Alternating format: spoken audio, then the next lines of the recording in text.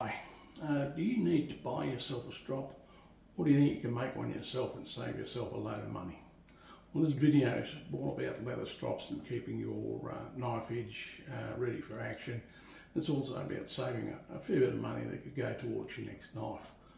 I'm doing this video because nearly every time I sharpen a knife or sell one, I get asked, how long will the edge last, and how can I keep that edge in better condition? And the answer, of course, is get yourself a leather strop. Now, I did a little research on strops, and they're commercially available from anywhere between $20 for what looks like a pretty ordinary strop, and the first Aussie website that I checked, they went right up to about $140. Now, there are a lot of videos out there suggesting that horse leather or kangaroo hide are the best strop leathers around. Now, I don't know why that's the case, but there are a lot of people also suggesting that, or offering that they'll sell you one at a limited time only discount if you buy from them and mention their video. To me, I'll just say bullshit to all that. First of all, if your sharpening technique is not up to scratch, then stropping on the world's finest leathers won't make a scrap of difference. It won't give you an edge. It won't give you that hair-splitting edge just because you've got this great leather strop. And also, by the same token, if you've got a really good edge, then having the best leather strop in the world is going to make an unmeasurable amount of improvement. As I say, save yourself money and do it yourself. This first one I've got is a handheld strop, and it's just an old leather belt glued down onto two pieces of wood that have been screwed together. The glue I've used is liquid nails, and what you do is you glue the smooth side down on one, then turn it over, glue the rough side down on the other, then just rest it, just put it down, and put some bricks, a couple of books or whatever on there for 6 hours, and then use a box cutter to cut off any of the glue or excess or leather that's sticking out in the wrong direction. The reason it's a little bit thicker, or they are a bit thicker, is to give you a little bit of finger clearance when you're stropping.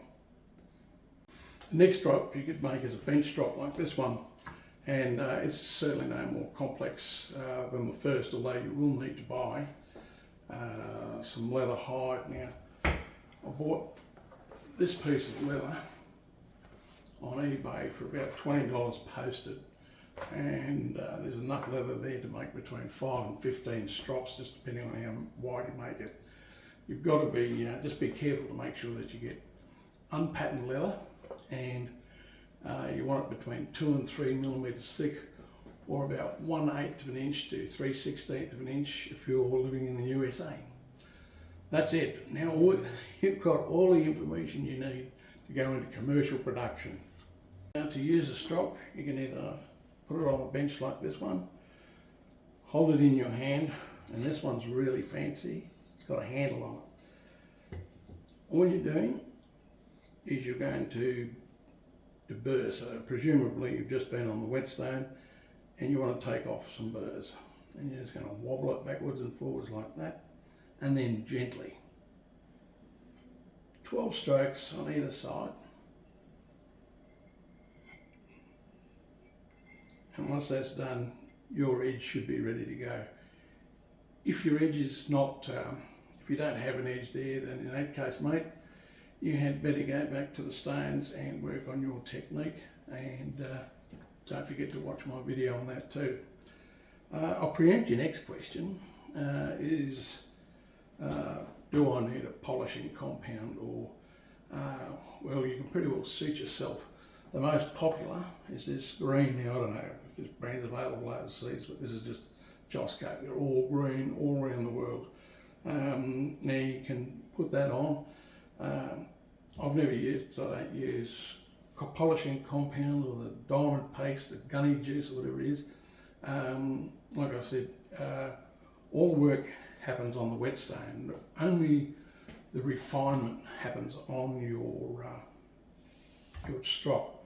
So, in either case, if you want to put stropping compound on, you need to get yourself a bottle of mineral oil and just smear it on very lightly onto the blade, the leather, and then get a hairdryer and heat the leather up and rub the compound in. Now, one of my family members spreads it on about 5mm thick as though they were making a cheese sandwich. You don't need it. Less is more. And so once you've got that on nice and lightly, you get a stick or a box cutting blade and just use it like that, and just spread it out nice and thin, and that will then give you you should be able to see the green, but don't go overboard with it. Once again, it's not rocket science and it's not hard. So hope you enjoyed this. Thank you for watching and enjoy your sharpening.